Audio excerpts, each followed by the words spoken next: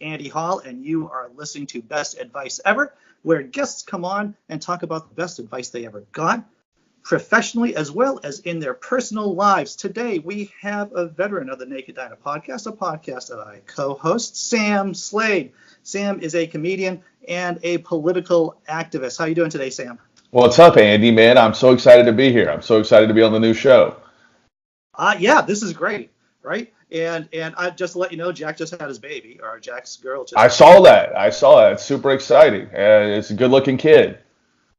Right. I wonder who the dad is. Oh, yeah. We can't throw shade at Jack when he's. I was very quick. It's been a day.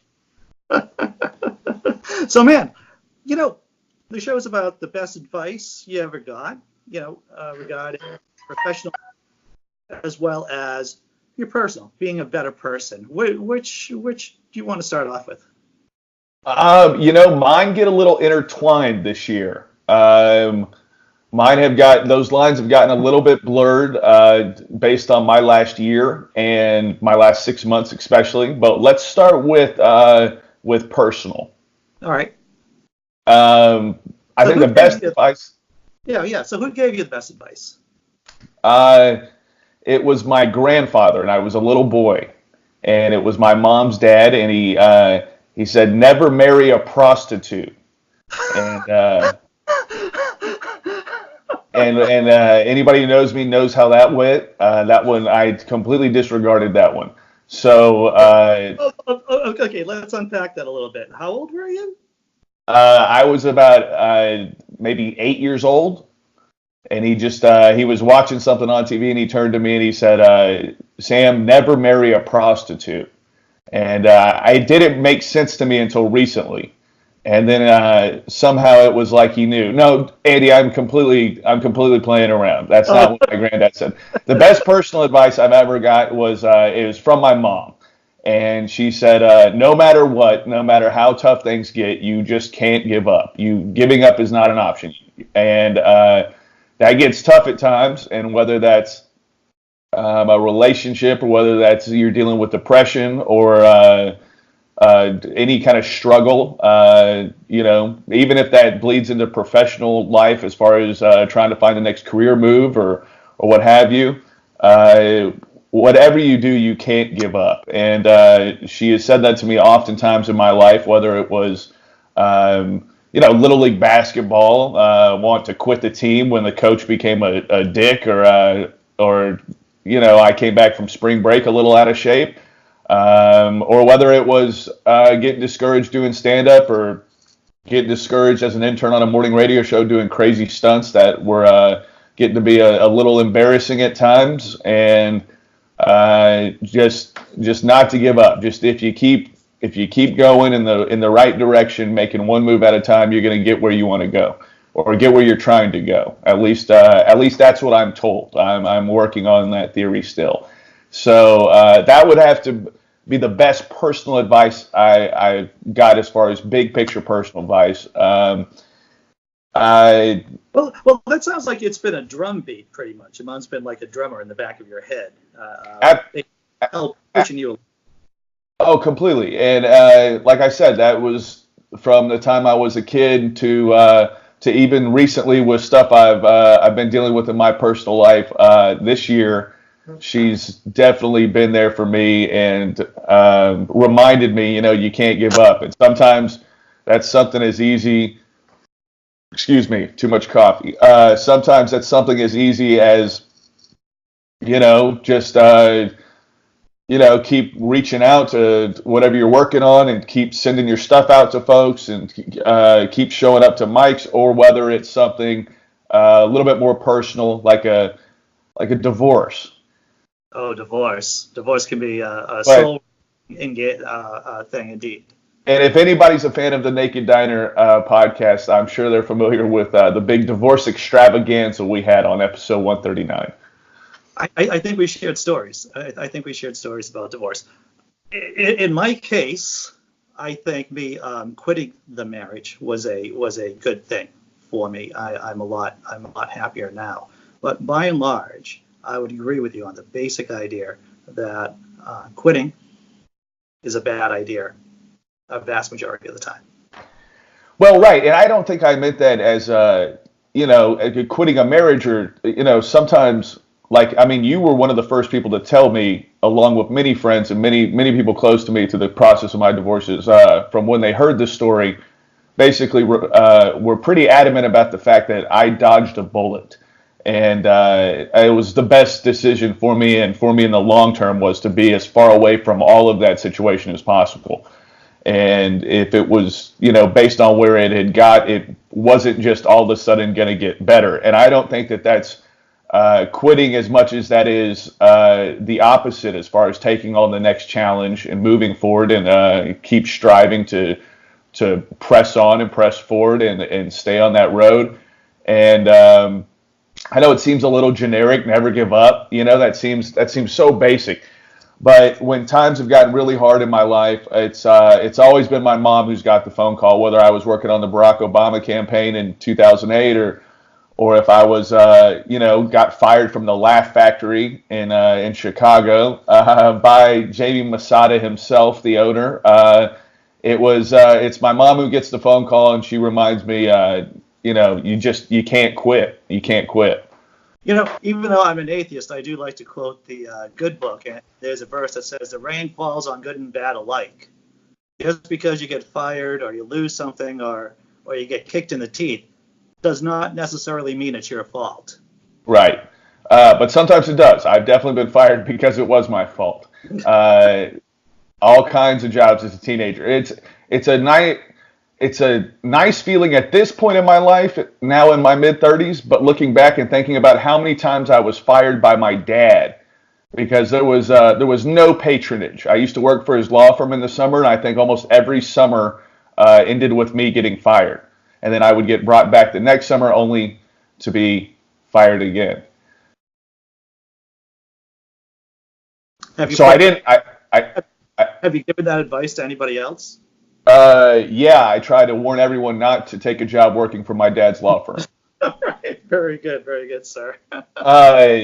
I'm trying to think of other more recently personal advice that I've received that was very strong was I've had my mom and my best friend on the planet, Dewan McKellar, who I name drop because he's in the running for Father of the Year every year. I kind of look up to him like a big brother, and he constantly reminds me two things. One is not to dwell on the past. Quit thinking about the past. And he will straight up just say that to me if I'm getting bogged down. And the other one is he will at times, like a very wise Jedi, tell me that if I'm looking for something special, I'm probably not going to find it. I've heard that a lot of times, that people, once they stop trying to hit home runs all the time, that's, to use one of my few sports analogies, that's the most likely time they're going to get on base or they're going to proceed forward in their career. Right. It's that thing of when you're overthinking it, you're probably going to make more errors or make more mistakes or fumble the ball, as opposed to when you're just taking it one bat at one pitch at a time. I didn't play baseball very long. I was a basketball player, which people are constantly surprised by because I'm 5'9" and I weigh about 210 pounds. But there was a time where I could shoot the basketball pretty well. I couldn't run. Right. I couldn't jump. But if you could get me the ball in the right place, we'd be in business. But I think there is an important lesson in all seriousness of whether it's dating, whether it's a career move, if you're looking for that one special certain opportunity or person, place, or thing, it's probably not going to be there. It's going to be one of those situations where when you least expect it, it's going to kind of fall in front of you and kind of fall on your path. Good point. Good personal advice. Now, how does that? What's the best you got? I'm sorry? What's the best professional advice you ever got? The best professional advice, there's two pieces of it. One is the first night I did stand-up, I was 16 years old. I was at Cap City Comedy Club, and I showed up with about 12 other 16-year-olds. We showed up like the end of the Muppet movie where they show up to what's his name, who played the movie executive. I can't think of his name. Dabney Coleman. They show up to Dabney Coleman's office, all the Muppets together, and they're like, "We've got a screenplay." That's how we showed up to the comedy club. And the manager said, "You can bring 2 friends in." So they played rock, paper, scissors. They battled it out. 2 of my friends came in. The rest waited outside like expecting parents, like fathers in a waiting room. And I went in, and I think more out of being dumb and being very ballsy.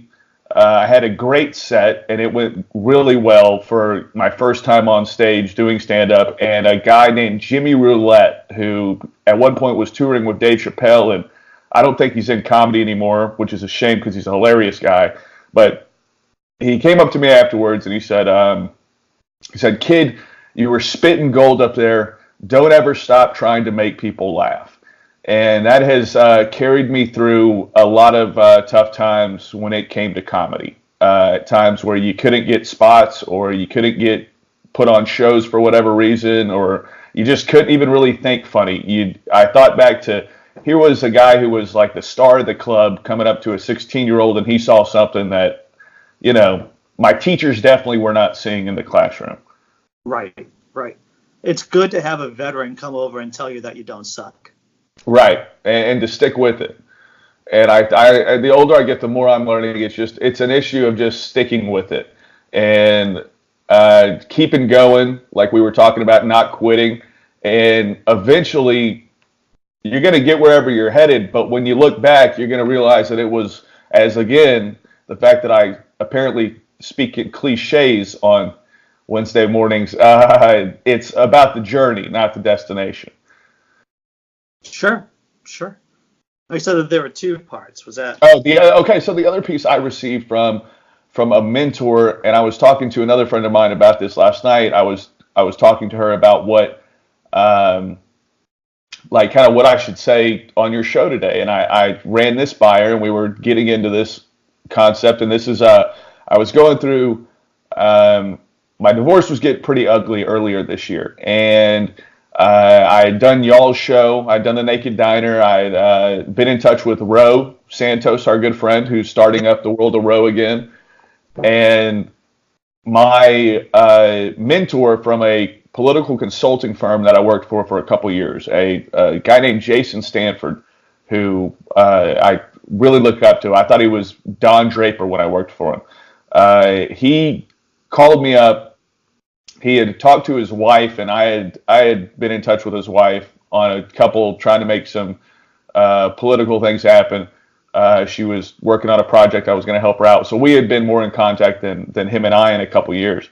And he kind of heard through the grapevine what was going on, and he gave me a call and basically told me we have to focus, because I was freaking out about everything, personal life, career stuff, everything.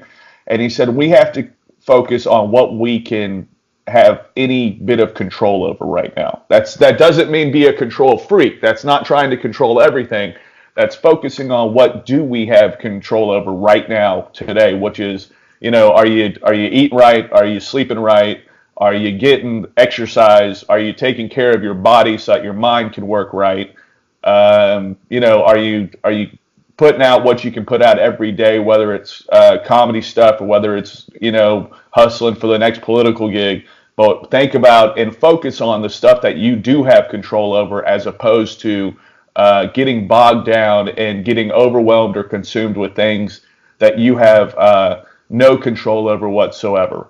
Like that's how anxiety attacks, is by just trying to control everything all at once. It'll cook your brain. Absolutely, and we've talked about that before, about panic attacks and anxiety. I told you my mom got me this Fitbit, so I can see my heart rate now, so I know if I'm just having a panic attack, as opposed to the old red fox, I'm having the big one, this is it, or the full clutcher. So I think that really helped me shift my focus early this year when things were really getting tough. And it's not it's not trying to control everything. It's focusing on what you can make an impact on.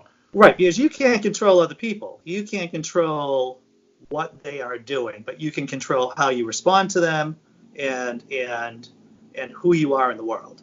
Right. And you can respond. I mean, you can control, whether or not you need to take distance from that person. If they did do something that you weren't very stoked about, but you can't worry about other people's actions. You just kind of have to show up and be the best you can be that day. I often have told people a story that I saw. Not that I know him or have even ever met him, but I saw an interview with Josh Brolin once, and they were talking about, for the long period of time, kind of before he's become a household name in the last decade or so. And he said he got to a place where he couldn't get any acting work at all, but he thought that if he went in to an audition and did the best that he could, that was a win by itself. No matter what happened after that, no matter if he got the call back or got the job, you could take some peace and you could be proud of the fact that you went in there and did the best that you could do, and you left it there. And it really kind of struck a nerve with me, because if you're more focused on the outcome, you might end up being disappointed more often, as opposed to worrying about whether or not you showed up and did your best that you can bring to the table in whatever situation. It can be very difficult for a person who's in the middle of real problems to hear that advice of just do the, really focus and drill down into controlling the things that you can control. Because when you're in a lot of trouble, you just want to be able to do everything and to hold everything back. And I can see that exactly what I mean. Well, I mean, you're right, Andy. It's that thing, and you've been through it too, where you just want to be able to just put everything back in line. You want to put everything that's going on in your life right back in order the way it was. And we don't have that control. That's a Doctor Strange move, and those Marvel movies aren't real, unfortunately. I would like to know some of those magic spells together, everything to put the nice pieces back into nice places. Yeah. But but I think about that a lot, and then I think, but how fulfilled would we actually be if we didn't go through the hard times and through the adversity? Yeah. I don't, not to get all John Lennon on this, but I think we are, first of all, we're comics because we've obviously been through stuff, and I know you didn't have the easiest upbringing, and I had got into plenty of trouble as a teenager. Which another great piece of advice I once got was from a lawyer, and I was in my early 20s, and he said, "Just stop getting arrested." And I took that to heart, right. And so that one stuck with me, and I've really kind of tried to live by that one quite a bit as I've gotten older. Those are wise words. They're very wise words, and sometimes when you're in your early 20s and you're a little bit of a wild man, they're actually harder to live by than it sounds. But you learn. That's how you learn, and that's how you get through it. But we were talking about putting stuff back together, but I think, like you were saying earlier, if we could put it together, would we really want to? You know what I mean? Because that's the whole thing about advice, right? Like, it's what carries us forward through the hard times. I mean, I know I've messaged you. I remember a couple years ago in a different breakup when I was so heartbroken, I was messaging you about it, freaking out about it, what to do. And looking back, my divorce was a walk in the park to how much a blonde 25-year-old broke my heart. Yeah. Well, all divorces are not the same. Your divorce was particularly, or the lead up to the divorce was pretty fucking brutal. I'll tell you that. It was pretty wild. But I think, what the nice thing is, and that's why I'm so glad you had me on the show, is that it allowed me to receive not only unsolicited advice from friends and loved ones, which some of it I can't repeat on this show just because we want people to watch it. But some of it, a lot of it you can, and it not only unsolicited, but when you're really in a real struggle or a real period of adversity, it's amazing the people in your life that you will turn to or reach out to, because like you have that thought, I'm pretty sure that guy knows some stuff, or I'm pretty sure that woman knows a thing or two that I don't know. And there's no problem in reaching out to people that you have respect for, that you hold close, and asking them, what the hell do I do? And I think there's, I don't see it much from too many younger people these days. And I don't mean to sound like, an old fogey or kids these days, but I think young people should know that there's absolutely nothing wrong with turning to somebody that they respect, or even somebody that they didn't realize they respected, and saying what the hell do I do at this point, because I'm out of my own answers. Yeah, people should nurture mentors. If you can go out and find yourself, you don't have to call them a mentor. You don't have to ask them, hey, mentor me. But if you can find someone who is willing to look out for your best interests, then that's huge. I mean, that really makes a difference. I mean, to give you an example, Jason Stanford, a guy who was my mentor in campaigns in the political world, I hadn't talked to him in 2.5 years, maybe longer. We'll retweet each other on Twitter, or we'll write happy birthday on each other's Facebook. But the fact that he, called me up out of the blue after he walked out of a Starbucks and really gave me this, the Coach Bombay pep talk from Mighty Ducks that I really needed to hear. It really makes you realize how important mentors and people in your life are. Even if it's not a day-to-day thing, that doesn't mean that you can't reach out to them when you really need some advice. Sure enough. Some relationships are like in case of emergency, break glass. That's right. And some people, it's that old not all heroes wear capes thing, where some people show up just in the nick of time, right when you need to hear from them. True enough.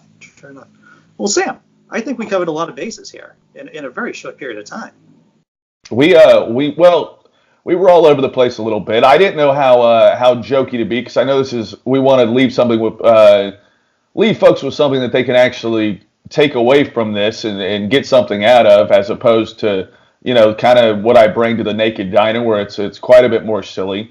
But I think at the end of the day, if there's any advice I would give, it's, if you're having a rough day today, just make it to tomorrow, because you never know what's going to happen tomorrow. And you could, whether it's personal or professional life, the next big break is probably right around the corner if you can just hang on a little bit longer. The next big opportunity, that running into that next special person, running into somebody who ends up being a mentor, or, like I'm watching the news yesterday morning, working on something, and I get a message from you asking me if I want to come on your new show, right? Like, completely out of the blue. But you can't give up. You got to, whatever it is you love to do and you're passionate about doing, don't give up on it. Keep trying to do it. Keep doing it. Don't try to, like Yoda said, right? Do or do not. There is no try. But don't give up. And that's just so incredibly important, because I think so many people, they bail on their dreams, and and I'm not, there's obviously a time where it's clear if you're going to end up at the Grammys or not. Like, my singing career has not really taken off. If you're a minor league baseball player at the age of 40, the chances of you going into the big leagues, pretty short. Right. I signed up for a softball league this summer, but I'm not holding out for that Cubs contract. That doesn't mean I'm going to give up on my softball team. Very good. Wise words, Fred. Well, thanks for coming on the Best Advice Ever show. Yeah, go ahead. I was just saying, I really appreciate you having me on, man. I was flattered to come on. I hope that I was able to share anything that rings a bell or strikes a chord with anybody. Well, hopefully, if someone did hear something that resonates with them, then they'll put it in the comments section, either of YouTube or on the Facebook page, right? That's why you're the pro. That's why this is your show. All right, we'll go with that. Sam Slade, where can people find you online? You can find me at the Sam Slade on Twitter and Instagram, and you can find me on Facebook at facebook.com/Sam Slade Comedy. People should really go check you out on those social media platforms. You're a funny guy, and you drop truth bombs on occasion. Thank you very much. I appreciate that. Thanks for having me on, Andy. Had a great time, man. This was great. Take care.